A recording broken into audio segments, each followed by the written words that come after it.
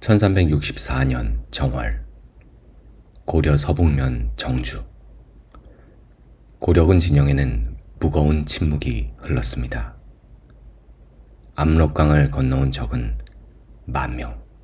그런데 고려의 장수들은 이미 한번 패해 물러난 뒤였습니다.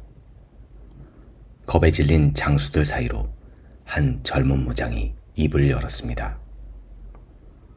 당신들은 어찌하여 힘써 싸우지 않았는가? 패장들의 비겁함을 그가 정면으로 꾸짖은 것입니다. 장수들은 그를 미워했습니다. 그리고 그 미움은 다음날의 작전으로 돌아왔습니다. 내일의 싸움은 그대가 혼자 맡으시오. 가장 위험한 최전선을 그 한 사람에게 떠넘긴 것입니다. 시기와 질투, 어쩌면 그가 죽기를 바랐는지도 모릅니다. 실록은 적습니다. 그가 조금 근심하는 기색이 있었다고. 그러나 다음날 적 10,000명 중에서 살아서 압록강을 건너 도망친 자는 단 17명이었습니다. 동료조차 등을 돌린 전장에서 홀로 적을 쓸어버린 사람. 29살의 이성계였습니다. 압록강을 건너온 그 10,000명의 군대는 어디서 온 것일까요? 이야기는 8년 전으로 거슬러 올라갑니다. 1356년 공민왕이 친원 세력의 우두머리 기철을 처단했습니다. 그 기철의 누이가 바로 원나라의 황후 기황후였습니다. 오라비를 잃은 기황후는 공민왕에게 깊은 원한을 품었습니다. 그리고 그 원한에 불을 지핀 자가 있었습니다. 최유. 고려 사람이면서 원나라로 건너가 자기의 나라를 해칠 궁리를 하던 자. 그는 기황후를 부추겼습니다. 공민왕을 폐위시키고 더 큰 궁을 새 고려왕으로 세웁시다. 더 큰 군, 원나라에 머물던 고려 왕조. 기황후는 원 황제를 움직여 그를 허수아비 왕으로 세웠습니다. 1364년 정월, 최유는 요양성의 군사 10,000명을 이끌고 더 큰 군과 기황후의 일족을 호위하여 압록강을 건넜습니다. 제 나라의 임금을 끌어내리기 위해 외국 군대를 끌고 온 것입니다. 고려군은 처음 싸움에서 패했습니다. 적은 의주를 포위하고 점점 남쪽으로 밀고 내려왔습니다. 다급해진 공민왕은 두 장수를 불렀습니다. 한 사람은 백전노장 최영, 그리고 또 한 사람은 동북면의 젊은 신궁 이성계였습니다. 최영은 중군을, 이성계는 우익을 맡았습니다. 고려군은 정주를 지나 적이 진을 친 수주의 달천으로 향했습니다. 그리고 앞서 본 그 밤, 동료 장수들은 이성계를 시기하여 가장 위험한 싸움을 그에게 떠넘겼습니다. 운명의 날 아침, 이성계는 물러서지 않았습니다. 그의 활이 울 때마다 적의 장수가 말에서 떨어졌습니다. 동북면에서 신궁이라 불리던 그 활이 이제 나라를 노리는 적을 향해 불을 뿜었습니다. 그가 앞장서 무너뜨리자 고려군 전체가 그를 뒤따랐습니다. 시기하는 장수들조차 그의 등을 보며 진격했습니다. 10,000명의 적은 무너졌습니다. 압록강을 건너 살아 도망친 자는 겨우 17명. 제 나라를 팔아 외국 군대를 끌어들인 최유는 간신히 목숨만 건져 원나라로 달아났습니다. 그러나 훗날 고려로 압송되어 매국노에 최후를 맞았습니다. 임금을 끌어내리던 음모는 이렇게 끝났습니다. 그 중심에 동료조차 등 돌린 전장을 홀로 메운 한 사람의 활이 있었습니다. 그러나 이성계가 서북면에서 나라를 구하는 동안 그의 등 뒤에서 또 하나의 비수가 날아오고 있었습니다. 그것도 가장 아픈 곳에서. 삼선과 삼계, 그들은 이성계의 외종 형제였습니다. 다시 말해 외사촌, 같은 피를 나눈 친척이었습니다. 다만 그들은 여진 땅에서 나고 자랐습니다. 그리고 이성계가 동북면을 비운 바로 그 틈을 노렸습니다. 그들은 여진족을 이끌고 쳐들어와 이성계의 고향이 있는 함주를 함락시키고 화주 이북의 땅을 모조리 차지했습니다. 이성계가 나고 자란 땅, 아버지 환조가 다스리던 땅, 목조에서 이어진 가문의 뿌리, 그 땅이 다른 누구도 아닌 그의 피부치의 손에 떨어진 것입니다. 남아있던 관군은 적을 막지 못했습니다. 그들이 할 수 있는 것은 오직 하나, 이성계가 돌아오기를 기다리는 것이었습니다. 한쪽에서는 왕을 지키는 전쟁, 다른 쪽에서는 고향을 빼앗긴 전쟁. 29의 젊은 장수에게 쉴 틈은 없었습니다.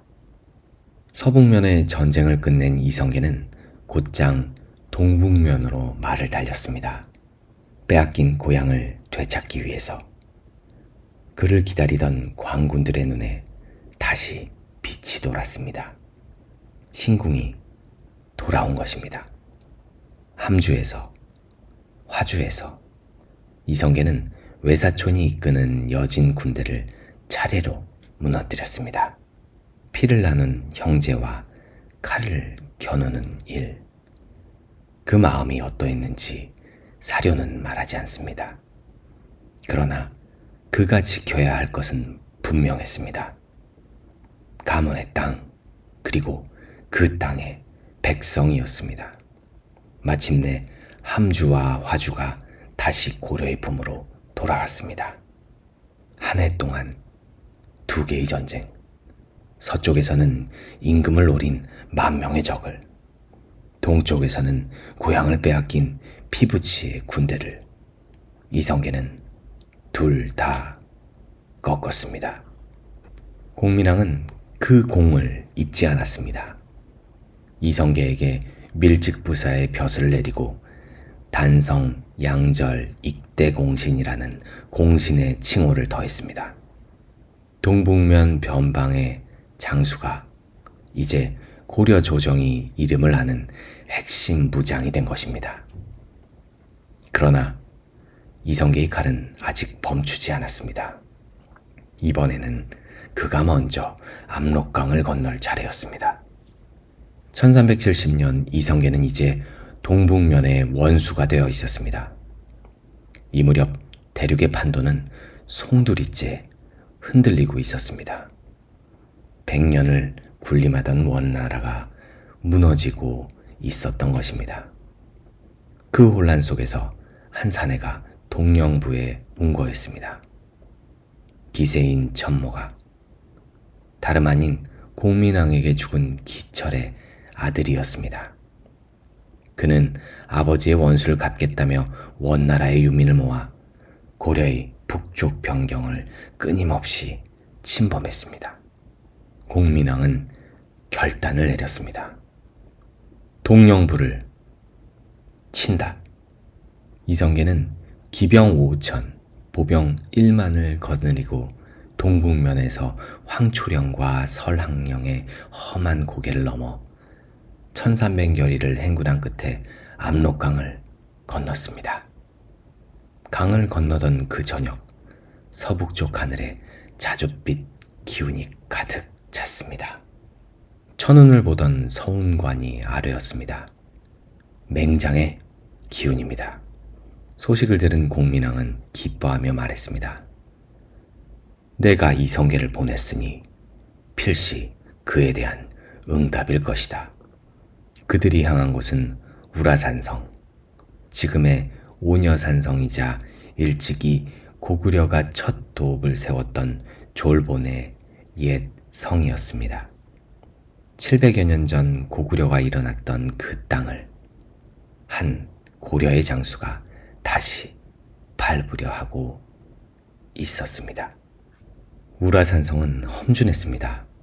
성을 지키는 적장 중에 처명이라는 용감한 무장이 있었습니다.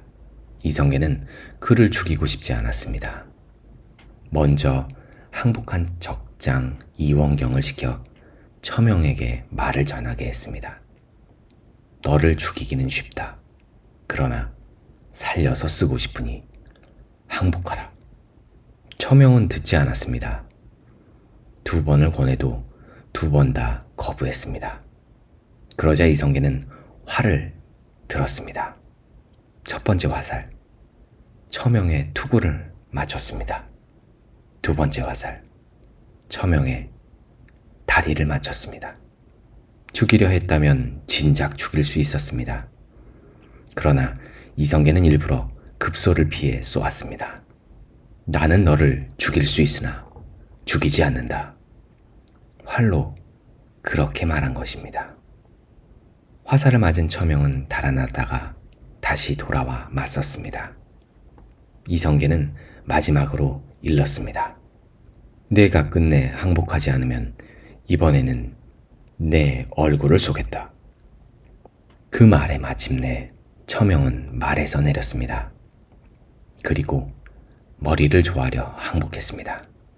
무릎을 꿇은 것은 두려움 때문만이 아니었을 것입니다. 자신을 충분히 죽일 수 있었음에도 살려둔 그 활의 뜻을 읽었기 때문입니다. 성은 함락되고 기세인 천모가는 달아났습니다. 그러나 이성계는 점령지에서 빼앗은 소와 말을 모두 주인에게 돌려주었습니다. 그러자 놀라운 일이 일어났습니다. 그 땅의 사람들이 저자에 몰리듯 스스로 고려에 귀순해 온 것입니다. 활로 적장을 굴복시키고 덕으로 백성을 얻은 장수. 이성계의 전쟁은 칼로만 하는 전쟁이 아니었습니다. 이성계가 압록강을 건너 옛 고구려 땅을 밟던 그 무렵, 세계 곳곳에서는 한 시대가 끝나고 또 한 시대가 열리고 있었습니다. 5편에서 우리는 1335년 페르시아의 일칸국이 무너지며 몽골의 세계가 서쪽 끝에서부터 금이 가던 것을 보았습니다. 그 균열은 30년에 걸쳐 동쪽으로 번졌습니다.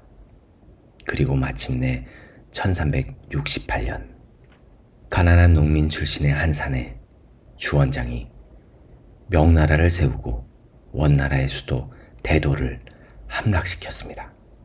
100년간 중국을 지배해온 원나라 왕실은 만리장성 너머 초원으로 쫓겨 달아났습니다.